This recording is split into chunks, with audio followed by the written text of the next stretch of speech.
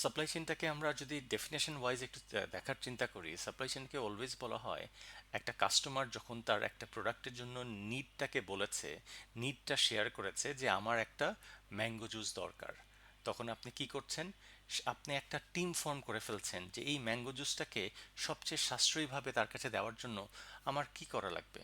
সেই বাগান যার আছে ম্যাঙ্গো তার সাথে কন্ট্যাক্ট করছেন, যে পরিবহন গাড়ি আছে তার সাথে কন্ট্যাক্ট করছেন, যার ফ্যাক্টরি আছে সেই ম্যাঙ্গোটাকে জুসে পরিণত করতে পারে তার সাথে কন্ট্যাক্ট করছেন, এরকম অনেক ব্যক্তিগুলোর সাথে কন্ট্যাক্ট করে কাস্টমার যে সময় চেয়েছে, যেই ধরনের চেয়েছে সেটাকে অ্যাভেলেবল করছেন। তার মানে সাপ্লাই চেইনের কাজ হচ্ছে একটা কাস্টমারের নিডটাকে ফুলফিল করার জন্য আপনার যাবতীয় কার্যক্রম, যে কয়জন ব্যক্তির কাছে যাওয়া প্রয়োজন সেগুলো যাচ্ছেন, যাবতীয় কাজ যা প্রয়োজন সেগুলোকে করছেন। তার মানে কাস্টমারের নিড অনুযায়ী প্রোডাক্টটাকে সরবরাহ করাটাই হচ্ছে সাপ্লাই চেইনের কাজ। আর এইটা করার জন্য যে সকল মানুষ আপনার সাথে হাতে হাত মিলিয়ে এগিয়ে আসছে তাদেরকে বলা হচ্ছে সাপ্লাই চেইন পার্টনার। তো তার মানে আমরা মূলত কি করছি? সাপ্লাই চেইনে কাস্টমারের যে প্রোডাক্টটা চেয়েছেন সেই প্রোডাক্টটাকে আমরা সরবরাহ করছি তার নির্দিষ্ট সময়ে, নির্দিষ্ট কোয়ান্টিটিতে এবং নির্দিষ্ট দামে। তো তার মানে একটু খেয়াল করে দেখেন, সেই সরবরাহ করতে গিয়ে আমার ম্যাঙ্গো জুসের জন্য সেই চাঁপাই নবাবগঞ্জ থেকে আম আম নেওয়া লেগেছে, তারপরে তার ফ্যাক্টরিতে যাওয়া লেগেছে, তারপরে সেটাকে বোতল করা লেগেছে, তাও বিভিন্ন কাজকর্ম করা লেগেছে এবং একটা জায়গা থেকে আরেকটা জায়গাতে প্রোডাক্টটাকে স্থানান্তরিত করা হয়েছে। কারণ আকিজের ফ্যাক্টরি যদি চিন্তা করে দেখেন, তার ম্যাঙ্গোগুলো নেয় চাঁপাই নবাবগঞ্জ থেকে, সেখান থেকে গাড়ি করে তারা তাদের ভোলারহাট যে চাঁপাই নবাবগঞ্জের আরেকটা জায়গাতে আছে সেখানে সেই ফ্যাক্টরিতে নেয়, সেখান থেকে ওটাকে পাল্প আকারে ঘন পেস্ট আকারে তৈরি করে তারা আবার গাড়ি করে সুন্দর করে তারা ধামরাইতে পাঠায়। ধামরাইতে সেটাকে যখন আপনার বোতল আকারে কনভার্ট করে, করার পর সেখানে তারা তাদের একটা ওয়্যারহাউসে রাখে এবং তারপরেও গাড়ি করে আমরা ঢাকার সহ বাংলাদেশের বিভিন্ন প্রান্তে আমরা পাঠিয়ে দিই, সো দ্যাট কাস্টমার তার যখনই যে চায় চাইবার মাত্রই দিতে বাধ্য থাকে এবং এরকম করে তারা প্রোডাক্টটাকে পাচ্ছে। তো তার মানে আমাদের সরবরাহ কিন্তু হচ্ছে। কিছু কিছু সময় আমরা চাঁপাইনবাবগঞ্জ থেকে গাড়ি করে আনছি ঢাকাতে, আবার সেখানে একটা প্রোডাক্টগুলোকে রাখছি কিছু সময়ের জন্য, কাস্টমার যখনই চাচ্ছে আবার সেটাকে অ্যাভেলেবল করছি। সো এই যে স্থানান্তরিত করা এবং কিছু কিছু সময় সংরক্ষণ করা, এটা মূলত আমরা ডিস্ট্রিবিউশনের আন্ডারে ফেলে দিয়েছি। যেমন এই জন্যই বলা হচ্ছে ডিস্ট্রিবিউশনের কাজ হচ্ছে যে স্টেপসগুলো টেক করা হয় বা নেওয়া হয় প্রোডাক্টটাকে মুভ করার, এক জায়গা থেকে আরেক জায়গাতে স্থানান্তরিত করার, এবং প্রোডাক্টটাকে কিছু সময়ের জন্য আমরা কিছু জায়গাতে স্টোর করছি যেটাকে আমরা ওয়্যার হাউস বলছি। সেটা হতে পারে কোথা থেকে? সেই যে সাপ্লায়ারের কাছ থেকে যে র ম্যাটেরিয়ালস ম্যাঙ্গো চিনি টিনি সব এনেছি সেটা থেকে শুরু করে এই যে আমি ফিনিশ গুডস বানিয়ে ফেললাম, জুসের বোতলগুলো বানিয়ে ফেললাম, সেটা তো আমি একবারে সব বাজারে দিয়ে দিব না। আমি সেটা সংরক্ষণ করব আমার ওয়্যারহাউসে, যখনই কাস্টমাররা বা আমার রিটেলাররা ডিমান্ড এক্সিবিট করবে আমি তাদেরকে দিয়ে দিব। সো ডিস্ট্রিবিউশনের কাজই হচ্ছে সাপ্লাই চেনের বিভিন্ন প্রান্ত থেকে বিভিন্ন ধরনের প্রোডাক্টটাকে এইখান থেকে ওইখানে নিয়ে আসা, মানে ওই ডাক পিয়নের কাজ করছেন। আবার কিছু কিছু সময় প্রোডাক্টটাকে স্টোরও করা, কারণ আপনি তো সব একবারেই প্রোডাক্টটা মার্কেটে দিয়ে দিবেন না, কারণ মার্কেটের তো এত প্রোডাক্ট রাখার মতো জায়গা নেই। আপনি তখন কি করবেন? আস্তে আস্তে আস্তে আস্তে, যেরকম আমরা ওই যে মাছ টাইপের ধরি অথবা ঘুড়ি উড়াই, আস্তে আস্তে যেরকম সুতা ছাড়তে হয় সেম ভাবে করার চেষ্টা করবেন। সো ডিস্ট্রিবিউশন ইজ মানে if I look at the distribution then I would say এখানের মধ্যে থেকে we need to move product maybe from the supplier's end to the factories or even further, এবং at some point we have to store products as well. So আমাদের এই moving and storing এর যে কাজগুলো সেটা আসলে ডিস্ট্রিবিউশনই করে থাকে। এখন এই যে প্রোডাক্টটাকে দেখেছেন ডান দিকে, অনেক সময় এই যে এই জায়গাতে আমরা যদি ডানের ইমেজটাকে একটু দেখার চেষ্টা করি, সরি, এখানে এয়ার দেখেছেন, এখানে রোডের দেখেছেন, এখানে ওয়াটারওয়ে দেখেছেন। সো বিভিন্ন মাধ্যমের কথা বলা হচ্ছে, এইগুলাকে বলা হয় মোড অফ ট্রান্সপোর্টেশন। মোড মানে মাধ্যম। সো আমরা সাপ্লাই চেনে এক জায়গা থেকে আরেক জায়গাতে যে প্রোডাক্টটাকে মুভ করি এই মাধ্যম দিয়েই মুভ করা আসলে সম্ভব। সো আমাদের বলা হয়েছে যে ডিফারেন্ট মোড অফ ট্রান্সপোর্টেশন দিয়ে যেরকম আমরা ডিস্ট্রিবিউশনে ব্যবহার করি, কারণ প্রোডাক্টটাকে একটা পয়েন্ট থেকে আরেকটা পয়েন্টে ট্রান্সফার করার জন্য, এটা আমাদের সাপ্লাই চেনের কস্টও বাড়ায় এবং কমায় এবং কাস্টমারের এক্সপিরিয়েন্সটাকেও আপনার আর আসলে ইম্প্যাক্ট করে। এখন আমরা একটু দেখার চেষ্টা করব কিভাবে। যেমন আমাদের কাছে যেই মোড অফ ট্রান্সপোর্টেশন আছে, প্রথমে রেলের কথা বলছি, তারপরে রোডের কথা বলছি, তারপরে এয়ারের কথা বলছি, তারপরে ওয়াটারওয়ে। সবচেয়ে এক্সপেন্সিভ যদি বলা হয় এবং সবচেয়ে ফাস্ট যদি বলা হয়, তাহলে হচ্ছে আপনার এই এয়ারের কথা বলা হচ্ছে। অন দ্য আদার হ্যান্ড সবচেয়ে স্লোয়েস্ট হচ্ছে এই ওয়াটারওয়ে। সো বলা হয়েছে যে আপনার কস্ট কতটুকু কম বেশি পড়ে। আমি যদি একটা আইটেম এয়ারে পাঠাই এবং সেই সেম ওয়েটের 1 কেজি আইটেম যদি ওয়াটারওয়েতে পাঠাই বা নদীপথে, আমার এয়ারের খরচ বলা হচ্ছে 10 থেকে 12 গুণ, কিছু কিছু ক্ষেত্রে 15 গুণ পর্যন্তও পড়তে পারে। সো খরচ তো আমার বেশি পড়লো, কিন্তু আমার লাভটা কি? আমি যেটা 6 to 8 আওয়ার্সে পেয়ে যাব, যেটা এয়ারের মাধ্যমে, সেটাই যদি ওয়াটারওয়েতে পাঠাই তাহলে আমার 30 দিন সময় লাগবে। সো তার মানে আপনাকে সাপ্লাই চেইন কস্ট, যেটা আমার 10 থেকে 12 গুণ বেশি লাগছে, কাস্টমারের জন্য পয়সা খরচ বেশি হচ্ছে, but on the other hand customer খুব অল্প সময়ে পেয়ে যাচ্ছে। So different mode of transportation, যে বিভিন্ন মাধ্যম, আমাদের মাধ্যমে প্রোডাক্টটা আমরা একটা জায়গা থেকে আরেকটা জায়গায় অ্যাভেলেবল করি, তার জন্য আমার যে 4টা অপশন আছে, সেই প্রতিটা অপশনের কিছু কিছু অ্যাডভান্টেজ, কিছু কিছু ডিসঅ্যাডভান্টেজ আছে। এয়ারের অ্যাডভান্টেজ হচ্ছে একেবারে super duper fast, but comes at a greater cost. But on the other hand waterway সবচাইতে ইনএক্সপেন্সিভ, সবচাইতে আমার জন্য খরচের দিক থেকে সবচেয়ে বেস্ট, কিন্তু টাইম সবচেয়ে বেশি লাগছে। So different mode of transportation যখন আপনি ব্যবহার করেন, সার্টেনলি আপনার কিছু বেনিফিটস আছে, at the same time limitations আছে। এখানে ওই যে কস্টের ব্যাপারটা বলা হয়েছে। তো আমরা কোন ধরনের জিনিসের জন্য আসলে এই সবচেয়ে ফাস্টেস্ট মোড অফ ট্রান্সপোর্টেশন ব্যবহার করব, কোন ধরনের জিনিসের জন্য আমরা সবচেয়ে স্লোয়েস্ট মোড অফ ট্রান্সপোর্টেশন ব্যবহার করব, এটা একটু দেখে নিই। যেমন আমাদের বলা হয়েছে সাপ্লাই চেইনটাকে আমরা মূলত দু ধরনের বলা হয়, একটা হচ্ছে গরিবের সাপ্লাই চেইন আর একটা বড়লোকের সাপ্লাই চেইন। গরিবের সাপ্লাই চেইন হচ্ছে ডান পাশে যেটা আছে এফিশিয়েন্ট সাপ্লাই চেইন, বড়লোকের হচ্ছে রেসপন্সিভ। এখন যে সকল প্রোডাক্ট দেখবেন, স্মার্টফোনগুলো মাত্র বাজারে 6 মাসের মতো দাপিয়ে বেড়াতে পারে, তারপরে কি করতে হয়, আরেকটা নতুন মডেল এসে, যেমন স্যামসাং এর S23, এরপরে দেখবেন একটা আলট্রা চলে আসছে বা 24 আসছে। So in every 6 months you are getting a new model of smartphone in the market, and that smartphone replacing all previous one, এবং এইটাই এই ফর দ্য টাইম বিং মার্কেটে হাইপ হয়ে থাকছে। তার মানে আপনি 6 মাস মানে 30 দিন করলে 180 দিন মার্কেটে সে একেবারে সুপারস্টার হয়ে থাকবে। তো আমি নিশ্চয়ই চাবো যে এই 180 দিনের মধ্যে আপনার এই যে ওয়াটারওয়েতে যদি 30 দিন, নদীপথে 30 দিন তার যাত্রাপথেই নষ্ট হয়, তার মানে সে 6 মাসের মধ্যে 1 মাস তো নষ্ট করেই ফেললো। সো 1 মাসে তার বিক্রি হারালাম। আমি তখন কি চেষ্টা করব, যে যেন সে মাত্র 6 থেকে 8 ঘন্টা বা 10 ঘন্টা বা 12 ঘন্টার মধ্যেই যেন যেই শোরুমে প্রোডাক্টটাকে আমি অ্যাভেলেবল করতে পারি, সেটাই যেন করা সম্ভব। তার মানে সে 180 দিনের মধ্যে সে 179 দিন 12 ঘন্টা সে মার্কেটে থাকতে পেরে সর্বোচ্চ সেলস যতটুকু নেওয়া সম্ভব নিয়ে নিবে। সো যে সকল প্রোডাক্ট শেলফ লাইফ খুব কম, shelf life in a way যে এক্সপায়ার হয়ে যাওয়া না, যতদিন পর্যন্ত সে মার্কেটে একটা স্টার, মার্কেটে একটা সমস্ত মোস্ট ট্রেন্ডি হয়ে থাকতে পারে, সেই সকল যে প্রোডাক্ট, যেরকম স্মার্ট ওয়াচের কথা বলছেন, স্মার্টফোনের কথা বলছেন, ট্যাবলেটের কথা বলছেন, ল্যাপটপের কথা বলছেন, ইভেন ফ্যাশন আইটেমসও। কাপড়গুলো আমাদের দুই ধরনের হয়ে থাকে, একটা হচ্ছে স্ট্যান্ডার্ড, আরেকটা হচ্ছে ফাস্ট ফ্যাশন। স্ট্যান্ডার্ডগুলো যেরকম গোল গলার গেঞ্জি, লম্বা টি শার্টের কথা বলছেন, ফুল স্লিভের শার্ট, গ্যাভারিন প্যান্টস, যত যাই হয়ে থাকুক, হিরো আলম প্রাইম মিনিস্টার হোক আর যাই হোক, আমরা ঘুরে ফিরে সেই সমান সংখ্যক জিনিসই করি। ডিমান্ডটা ভেরি মাচ প্রেডিক্টেবল এবং স্টেবল। তো on the other hand fast fashion হচ্ছে যেগুলো র্যাম্পে বা ফ্যাশন উইকে যেই ধরনের ট্রেন্ডি ক্লোথসগুলো আপনার ওই যে বিভিন্ন প্যারিস ফ্যাশন উইক হ্যানত্যানে যেগুলোকে বের হয়, সেগুলো যারা কম দামে সবার কাছে অ্যাভেলেবল করে। সো দেখবেন ফ্যাশন উইক থেকে বের হওয়ার সাথে সাথেই ওরা সবার আগে মার্কেটে এটা অ্যাভেলেবল করে রাখে, এবং সেইটাই যারা করে হচ্ছে প্রতি 1 মাস অন্তর অন্তর ওরা ট্রেন্ডটাকে চেঞ্জ করে। এবং এই জন্যই জারার ফ্যাশন লাইন হয় বা সিজন হয় বছরে 12টা। তো ওরা 30 দিনেই এই প্রোডাক্টটা ঢাকাতে অ্যাভেলেবল থাকবে, এরপরে নতুন আরেকটা প্রোডাক্ট আসবে। এই 30 দিন আগের যেগুলো ছিল, ধরেন এখন যে সেপ্টেম্বরের হিসাব করলাম, তার মানে সেপ্টেম্বরের 1 তারিখে নতুন ফ্যাশন লাইন ঢুকলো, সেটা সেপ্টেম্বরের 30 তারিখ পর্যন্ত থাকবে। অক্টোবরের 1 তারিখে এই সবগুলো উঠিয়ে নিয়ে নতুন আরেকটা আনা হবে। তো এই জন্য জারাতে সবাই দেখবেন রিসার্চে দেখে এক একটা কাস্টমার 16 থেকে 17 বার বছরে জারা স্টোরগুলোতে ভিজিট করে, কারণ জানে এই 1 মাস পর এই ফ্যাশনের কাপড়গুলো এখানে আর ট্রেন্ডি ক্লোজ এখানে পাওয়া যাবে না।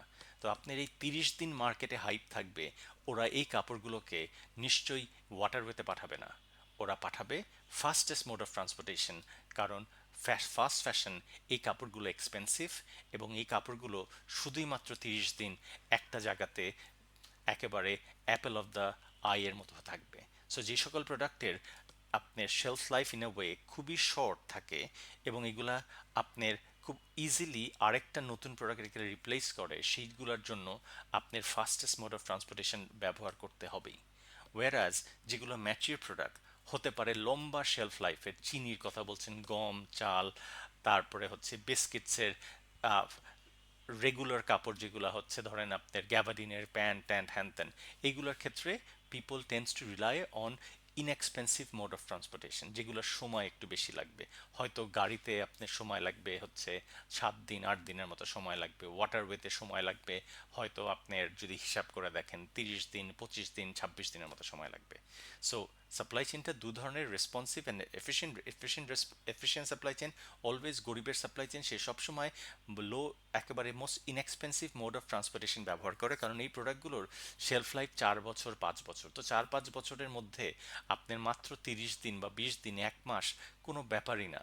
সুতরাং এই জন্য আমি ইনএক্সপেন্সিভ মোড অফ ট্রান্সপোর্টেশনগুলো ব্যবহার করব, ওয়ার আমার জন্য একটু সহজ হয়ে যাবে। আমরা একটা কেস স্টাডি হিসাবে দেখেছিলাম, যেটা আসলে মূলত ক্লাসে অলরেডি ডিসকাশন করেছিলাম, যে ডেলের সাপ্লাই চেনটাকে, যেমন কিছু কিছু সাপ্লাই চেন আমরা সব সময় আসলে আমরা আমাদের টোটাল সাপ্লাই চেনের পড়াশোনা যখন করি সেটাকে একটা বেঞ্চমার্ক হিসেবে ধরা হতো। যেমন সেখানের মধ্যে থেকে ডেলের সাপ্লাই চেন বলা হচ্ছে, তারপরে টয়োটার সাপ্লাই চেন বলা হচ্ছে। ডেলের সাপ্লাই চেনের মধ্যে থেকে হিসাব করে দেখবেন যে ডেলরাই হচ্ছে ফার্স্ট কম্পিউটারের মধ্যে থেকে আপনাকে কাস্টমাইজ পিসি অফার করে। যেরকম আমরা মাল্টিপ্ল্যানে যে নিজের ইচ্ছা মতো আমরা পিসি বিল্ড করতে পারি, ওরাও আপনাকে দিয়েছিল। সো বাট এখানে একটা প্রবলেমটা হচ্ছে যে আপনি যখন ধরেন গেমার, আপনি আপনার নিজের মতো ইউজ করতে পারছেন, আপনি মিক্স অ্যান্ড ম্যাচ করে আপনি নিতে পারছেন। বাট আমি যে একটা স্ট্যান্ডার্ড প্রোডাক্ট চাচ্ছি, ভাই আমার তো এত কিছু ভ্যারিয়েশন দরকার নেই, আমি কেন এতদিন অপেক্ষা করব? ওদের দেখা গিয়েছে সেলস কিছুটা ড্রপ করা শুরু করলো, তখন ওরা দেখলো যে তাদের কম্পিটিটর যারা এইচপির কথা বলছেন বা এইসারের কথা, সনির, এই তারা তো খুব সুন্দর করে স্ট্যান্ডার্ড প্রোডাক্ট তাদের রিটেল আউটলেট বিক্রি করছে।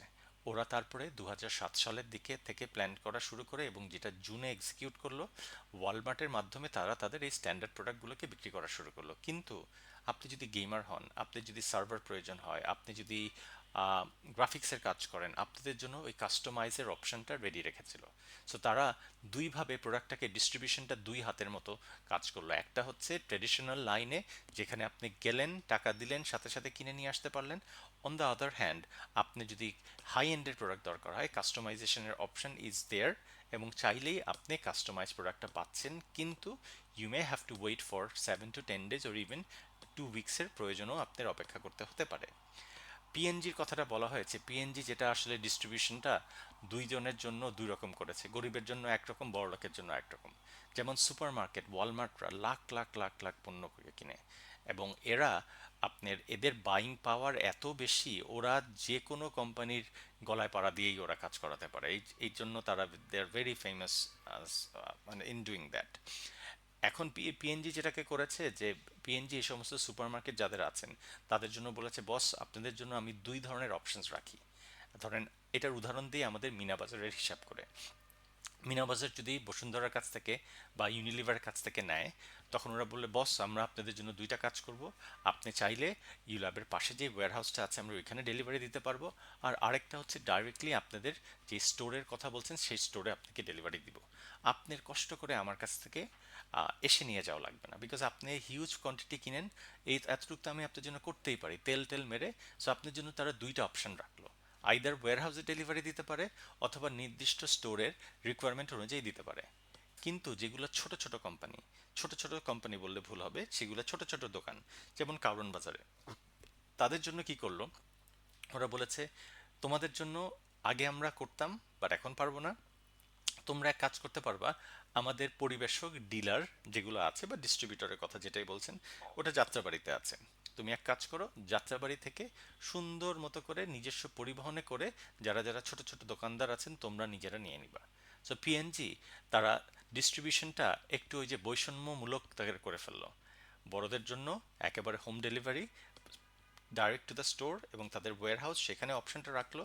ওয়্যার স্মল প্লেয়ারদের জন্য তারা একটু চেঞ্জ করে দিয়ে দিল যে তোমরা আমাদের কাছ থেকে ডিস্ট্রিবিউটরের কাছ থেকে, ডিস্ট্রিবিউটর যা আছে হতে পারে আপনার ইসলামপুরে আছে, হতে পারে চকবাজারে আছে, অথবা বকশিবাজারে আছেন, সেখান থেকে তোমার নিয়ে নেওয়া লাগবে। আর আমরা বাংলাদেশি তো আসলে বাইরেরদেরকে খুব ফলো করি, ওরা আমাদের জন্য ধ্যান ধারণার একটা অংশ। এরকম সেম জিনিসটা আমাদের বাংলাদেশেও হয়েছিল সোয়াবিন তেলের মার্কেটে। আপনার বসুন্ধরা বা অন্যান্য কোম্পানি যখন আছেন, এটা হচ্ছে গত বছর ওর বা তার আগের বছর মোস্ট লাইকলি হবে, যে সোয়াবিন তেলের মার্কেটে একেবারে ছাড়খাড় হয়ে গিয়েছিল, পাওয়াই যাচ্ছিল না দাম। এটা মোস্ট লাইকলি গত বছর। তো তখন ওরা কি করেছে, মিনাবাজার, আগোরা এদের মতো কোম্পানিকে তারা বলেছে তোমাদের আমরা দুটো অপশনই রাখছি, ডাইরেক্টলি স্টোরেও দিতে পারবো আবার ওয়্যার হাউসে দিতে পারবো, কিন্তু কারণ বাজারে যে সমস্ত মালিক আছেন অন্যান্য, তাদেরকে বলেছেন যে তোমরা 5-10 জন মিলে এক কাজ করো, আমাদের যে ডিস্ট্রিবিউটর আছেন, হতে পারে আপনার মৌলভীবাজার, সেইখানে গাড়ি নিয়ে আসো, সেখানে গাড়ি নিয়ে এসে নিজস্ব ট্রান্সপোর্টেশন ব্যবহার করে আমাদের ওইখান থেকে মালটাকে লোড করে তোমরা নিয়ে যাও, নিয়ে নিজস্ব পরিবহন, নিজস্ব শ্রমিক, এই সকল টাকা পয়সা দিয়ে টিয়ে তোমরা নিয়ে যাওয়ার চেষ্টা করবে। সো বাংলাদেশেও সুন্দর মতো বাইরের দিক থেকে মানে ফটোকপি করে বা ডাইরেক্টলি কপি এই পেস্ট করে তারাও আমাদের দেশে একই রকম মানে করেছে। এটা যে শুধু বসুন্ধরা করেছে না, সোয়াবিন তেলের মার্কেটে এভরিওয়ান ডিড দ্যাট। বড় বড় যারা আছেন তাদেরকে চাল ডাল বলেন, মিনাবাজার, আগোরা, স্বপ্ন, এদেরকে ডাইরেক্টলি ডেলিভার করে দিয়েছে। ওয়ারাজ আপনি ছোট ছোট যেগুলো আছেন তাদেরকে বলেছেন যে তোমরা এক কাজ করবা, তোমরা আমাদের এখান থেকে নিয়ে নিতে পারবা, আমরা তোমাদেরকে আর ডেলিভারি দিতে পারবো না। এখন মার্কেটে এখন স্কেরসিটি আছে, কি করবে, তারা বাধ্য হয়ে তাদেরকে এরকম করতে হয়েছে।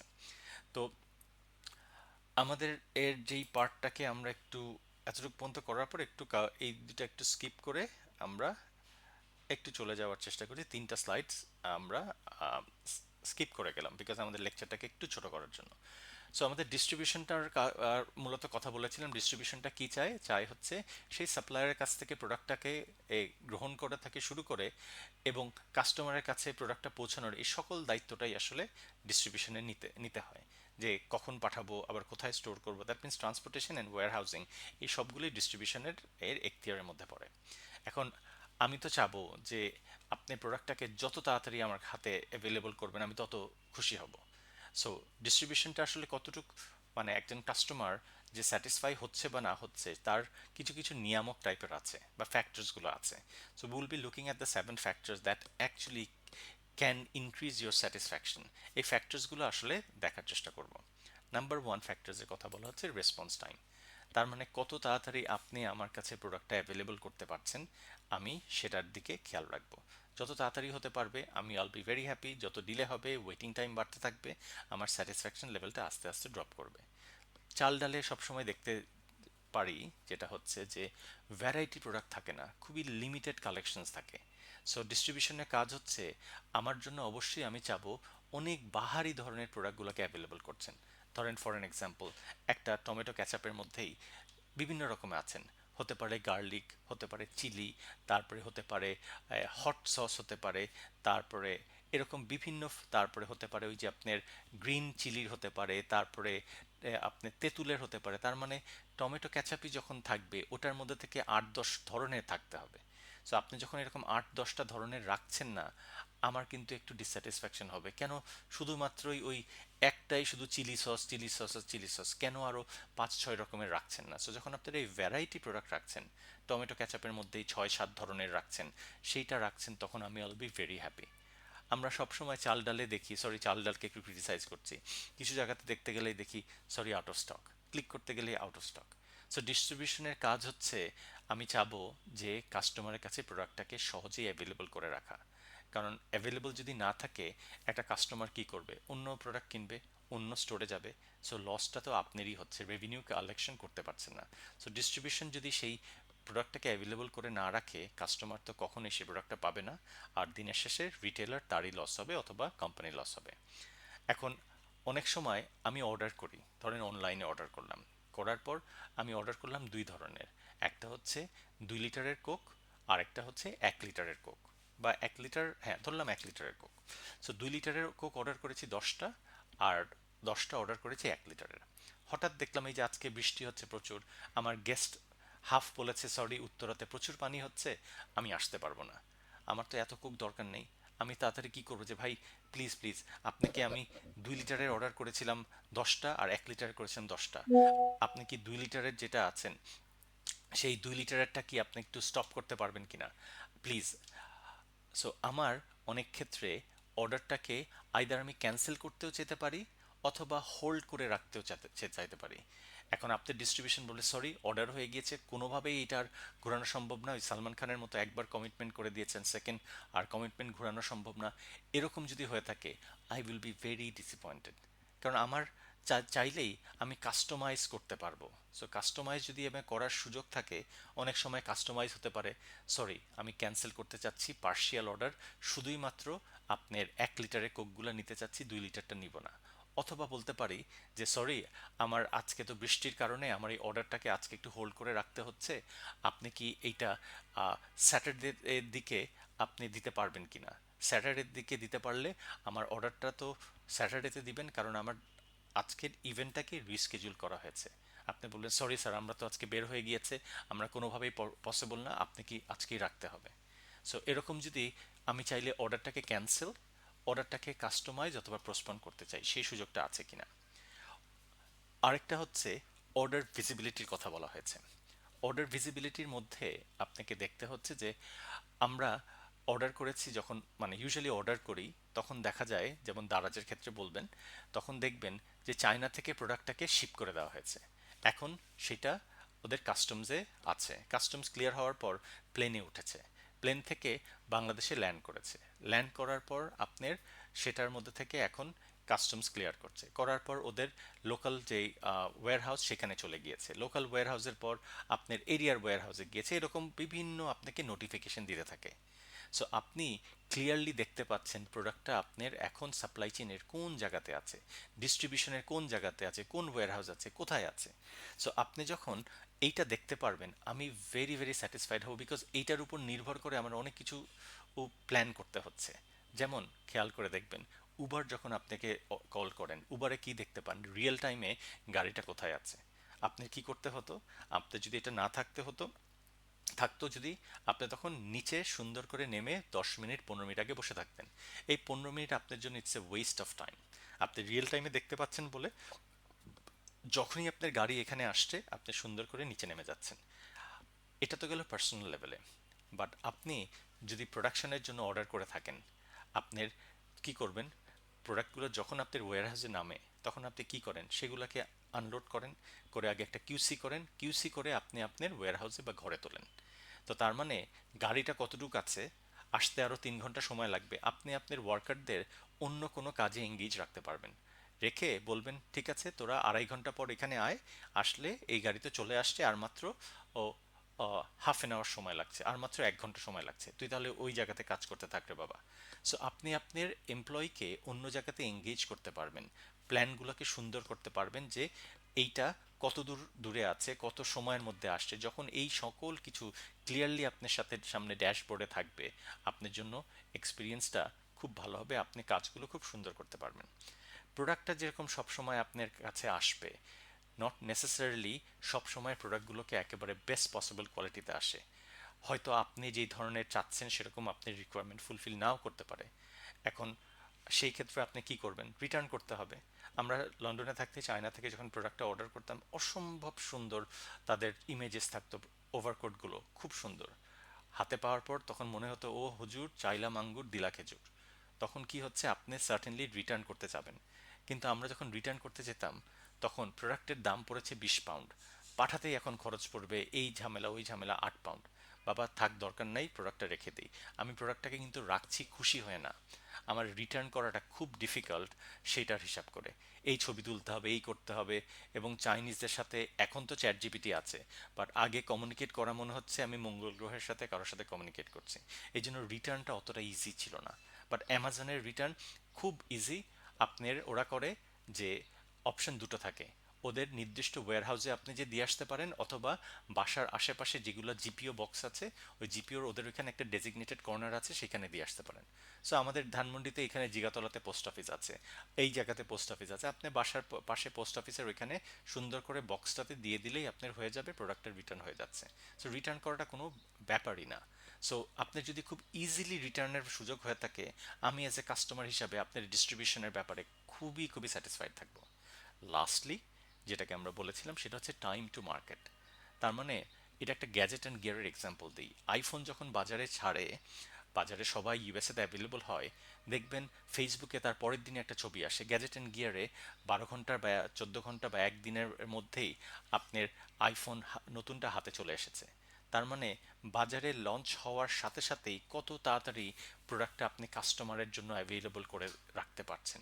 এটাকেই বলা হচ্ছে টাইম টু মার্কেট। তার মানে যে কোনো নতুন প্রোডাক্ট বাজারে লঞ্চ হওয়ার পর কত তাড়াতাড়ি কাস্টমারের হাতে বা কাস্টমারের কাছে বিক্রির জন্য অ্যাভেলেবল করে দিয়ে রাখছেন, এটাকে টাইম টু মার্কেট বলা হচ্ছে।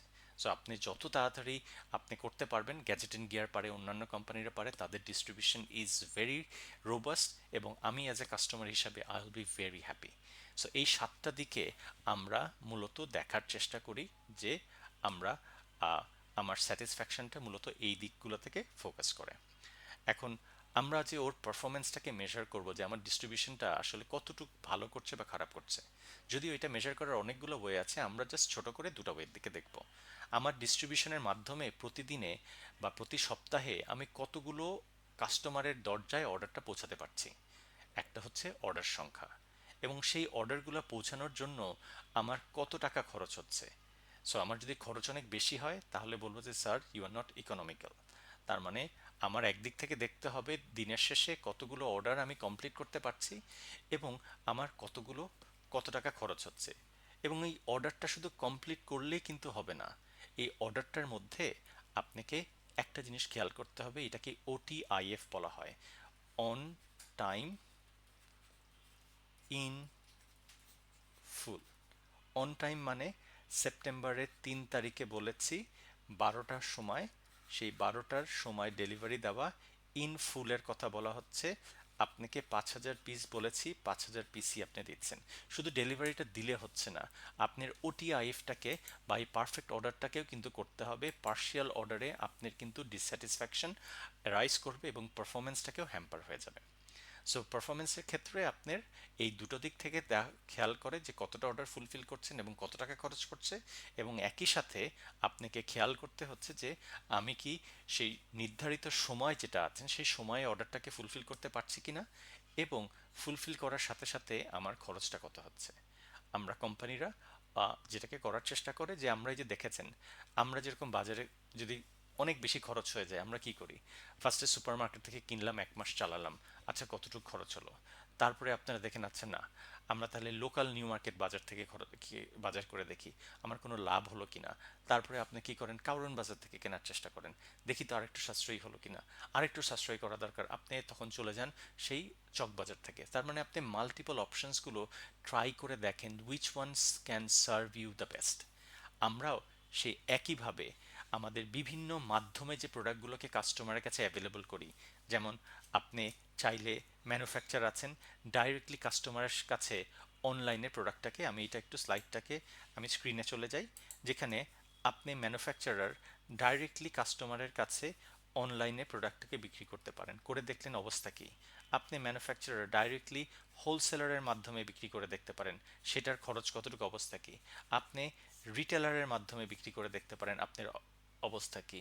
আপনি এজেন্ট বা ব্রোকারের মাধ্যমে বিক্রি করে দেখতে পারেন। সো প্রতিটা ইভ্যালুয়েট করে দেখবেন কোনটাতে আপনার জন্য সাশ্রয়ী সবচেয়ে বেশি হয়, এবং কাস্টমার কোনটাতে ওয়েটিং টাইম অনেকটা কমে যায়, সেই অনুযায়ী আপনার কিন্তু চিন্তা করবেন যে আমার খরচটা কতটুকু হচ্ছে এবং কাস্টমার কোনটাতে হ্যাপি হচ্ছে, সেই অনুযায়ী আমি সেইটাতে রিলাই করার চেষ্টা করব। এটা জাস্ট একটা বেসিক ছিল, বাট এখন থেকে আমাদের এই অপশনসগুলো আমাদের কাছে আসবে, যে আমাদের এই যে প্রোডাক্টটাকে কাস্টমারের কাছে অ্যাভেলেবল করব, সেই অ্যাভেলেবল করার অপশনসগুলো কোন কোনগুলো সেগুলা এরপরে আসবে।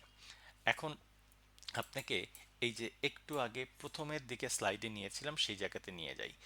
যেই জায়গার একটা জায়গাতে শুধু ফোকাস রাখতে বলা হবে, সরি, সেটা হচ্ছে এই যে ডিস্ট্রিবিউশনটাকে মনে রাখবেন। আমরা বলেছিলাম ডিস্ট্রিবিউশনের অপশন দুটো, আমি আপনাদের কাছে যাব অথবা আপনাকে আমার কাছে টেনে আনবো। সো আমরা এখন ডিস্ট্রিবিউশন নেটওয়ার্কটাকে যে সাজাবো, এই ডিস্ট্রিবিউশন নেটওয়ার্ক সাজাতে গিয়ে আমার দুই দিকে খেয়াল রাখবে। এক হাত দিয়ে আমি ডিস্ট্রিবিউশন নেটওয়ার্কটাকে সাজাচ্ছি আমি আপনার কাছে পৌঁছানোর ব্যবস্থা করে, আরেকটা নেটওয়ার্ক আমি সাজাচ্ছি আপনাকে আমার কাছে টেনে আনার ব্যবস্থা করে। এইভাবেই আমরা এখন একটু বাকি জিনিসগুলো দেখব।